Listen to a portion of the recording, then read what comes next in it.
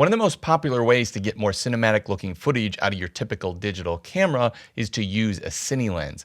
And for the extra boost in filmic look, this is often an anamorphic lens.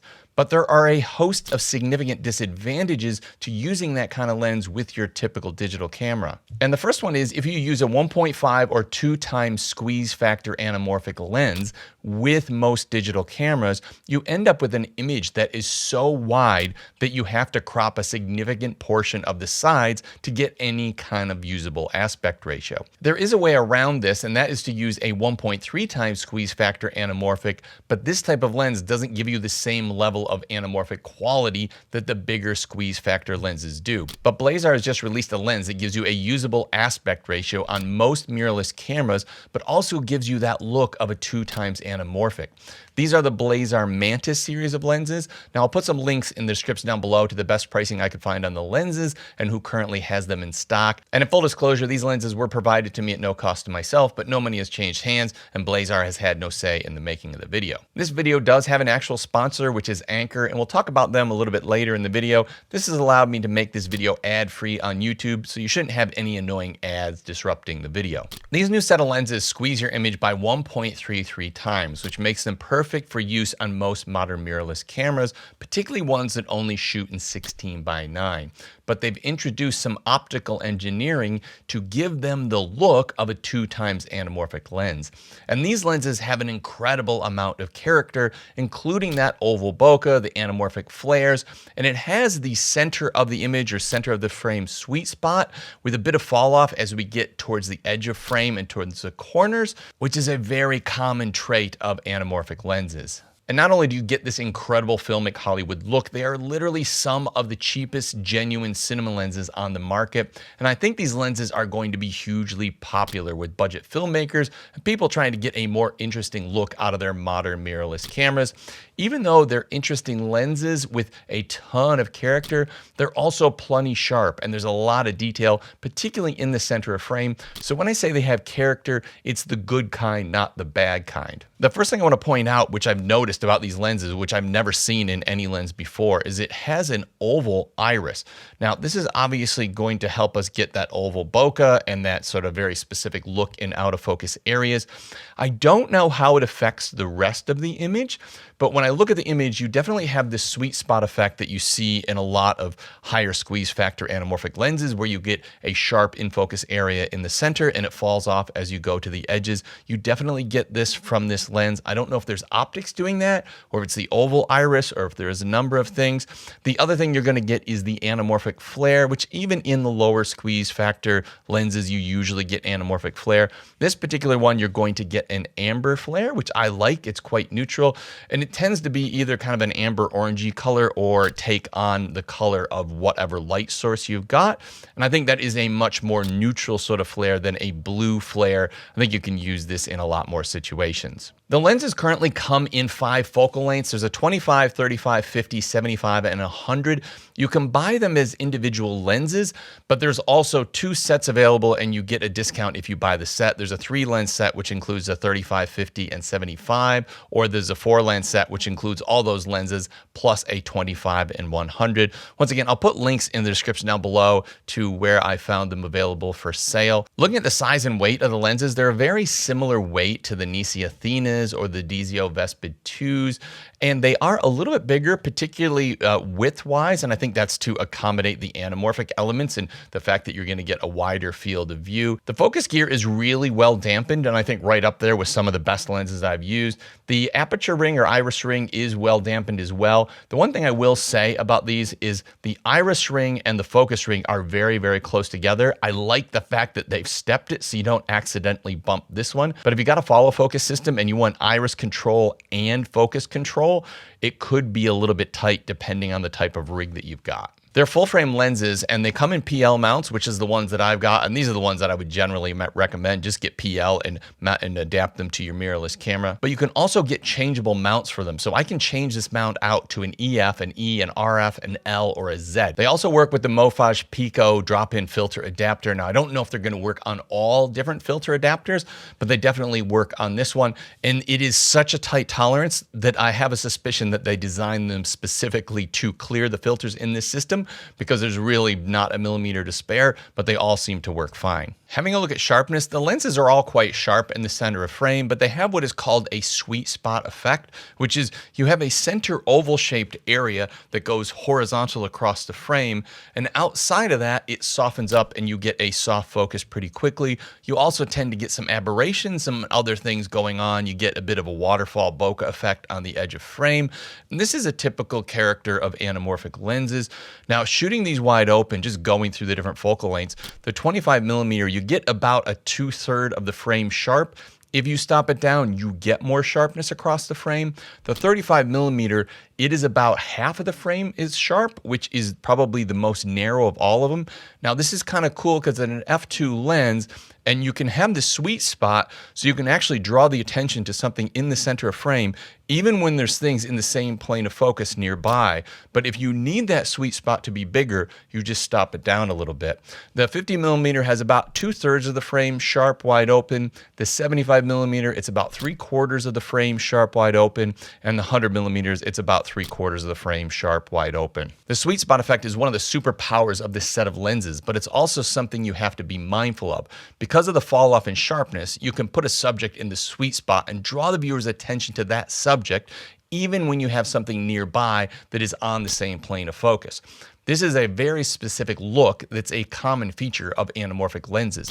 But you also have to watch that you don't inadvertently put a subject close to the edge of frame where they won't be in focus. This is particularly true for the 35mm, which gives you an incredible ability to isolate the subject, give a wraparound out of focus area, but it also has the smallest sweet spot, meaning you're more likely to accidentally position someone in the out of focus area.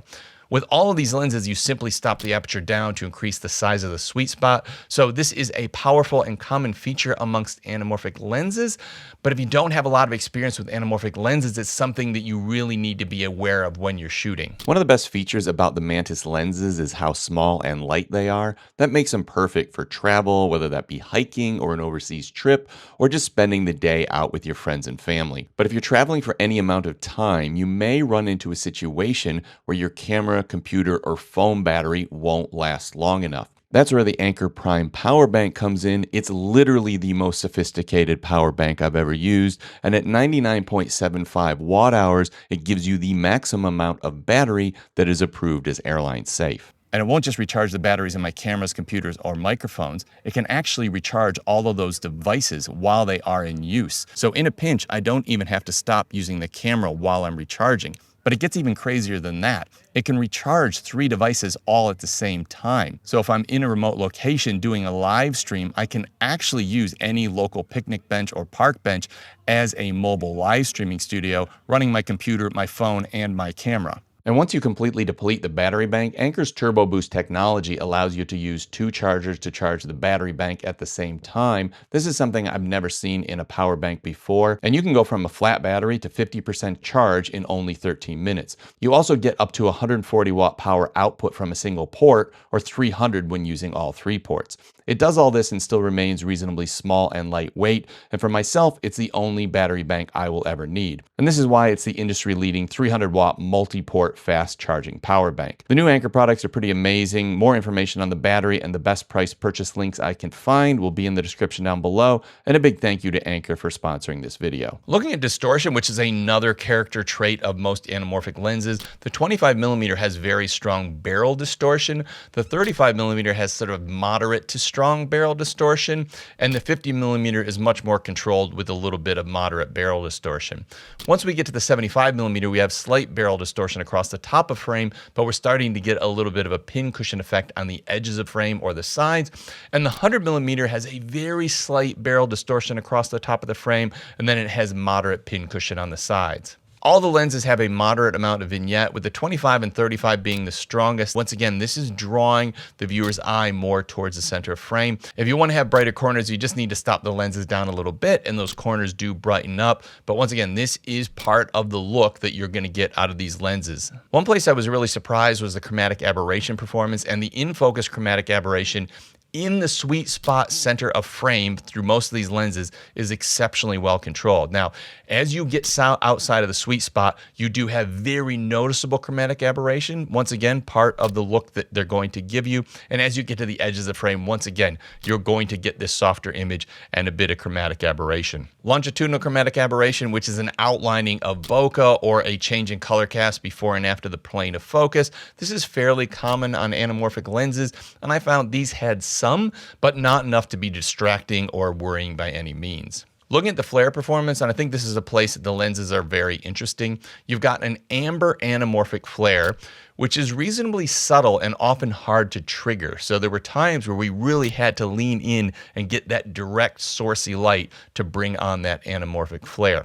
And I think when we did, it did look quite cool. Now, sometimes, depending on the light source, we would get a secondary flare that many may find undesirable and can often be green or some other color. So I think you really need to think about your image composition and watch for that secondary flare if it's something that you don't want in the image. The other thing that I really liked is we were often getting, sometimes subtle and sometimes more extreme, some rainbow flaring in the spherical sense. So it looked like rainbow flare from a typical spherical lens, which I think looked absolutely awesome. And in the few projects that we used this on, everybody that was bringing that on thought it looked super, super cool. One thing you do have to watch out for is if you have light sources outside the edge of frame and they're kind of blasting across the front of the lens, we were at times getting desaturation and ghosting flare, which made the image almost completely unusable. Now, in all situations, I was able to use my hand and actually knock this down to get to the point where the image was absolutely fine. And because of that, I think most people, if you're shooting in an environment where you can't control the light sources, are probably going to want to use a matte box or something with flags, some way to control that light and the way it hits the front of the lens. Fortunately, most of the time when the light source was in frame, the lens actually handled it really, really well. It was those light sources coming from outside of frame that was the main problem. One place these lenses are a real surprise is the close-up image quality and the minimum focus distance. It was very, very close, and this is typically not a strength of anamorphic lenses. And across the set, these went from 38 centimeters to 67 centimeters as the minimum focus distance. And because of that, in a range of different situations we were using them in, even like close-up pseudo macro shots, we really didn't need a diopter. But if you do add a diopter, because your minimum focus distance is already so close, all the lenses act like almost macro lenses. You can get incredibly close to your subject, even with the 100 millimeter, which is one that you usually have to have quite a distance on. So close focus ability of these lenses is a super strong suit. Another little surprise feature was the sun stars. A few shots, we weren't even looking for them. They just showed up and they actually looked pretty cool. I don't even know how that works with an oval iris. I wasn't even sure that that would happen, but we got a few shots with cool sun stars. So if you get them in your shot, I think they look pretty cool. Looking at the bokeh, we're getting this oval bokeh, which really does look like a 2x anamorphic, and I think it looks absolutely great. Now, sometimes the bokeh won't be perfectly oval, particularly when we get to the edges of frame. Now, I think this still looks good, and after shooting with these lenses and noticing it, I've actually been watching some movies shot on anamorphic lenses that cost many thousands of dollars, and they had a very similar effect. One place that these lenses really excelled, and I did not expect it at all, was the color match. And this is generally the weak point of just about every budget set of lenses I've ever tested, let alone anamorphic lenses. And looking at the focal lengths, the 25, 35, 50, and 100 were virtually identical to each other. I mean, I could not separate them, and the colors were spot on. The 75 millimeter was the one that was off, and it was off by about 300 Kelvin. And comparing to the other lens sets I've tested, this is definitely one of the better performances. We only have one lens off, and it's only off by 300. Looking at focus breathing, control of focus breathing generally isn't a strength of anamorphic lenses, but in the scheme of things, these lenses do pretty well. All the lenses have some amount of focus breathing, with the 25 being quite minimal, and the rest of the set having what I will qualify as a moderate amount. So purely comparing them to anamorphic lenses in general, these lenses perform pretty well. If you're an independent filmmaker, film school student, or just someone who likes to make interesting videos, I think these lenses are well worth considering. They'll definitely give your images a look that you're not getting out of your typical lens. And because of the price point, I think you could buy either an individual lens or the 3 or 5 lens set, and it is a reasonable investment when you look at what you get. In fact, because of the way these lenses are engineered to give you 2 times anamorphic look out of a 1.33 times anamorphic lens, I couldn't even point to a more expensive lens or better alternative because there really isn't one. If you're somebody who travels with your family and you capture all these videos and you have no idea what to do with them, I've just thrown a video on screen now. This is my family travel video format. It is super simple. Anyone can do it, and it will help you preserve those memories for years to come so the footage just doesn't go sitting on a hard drive.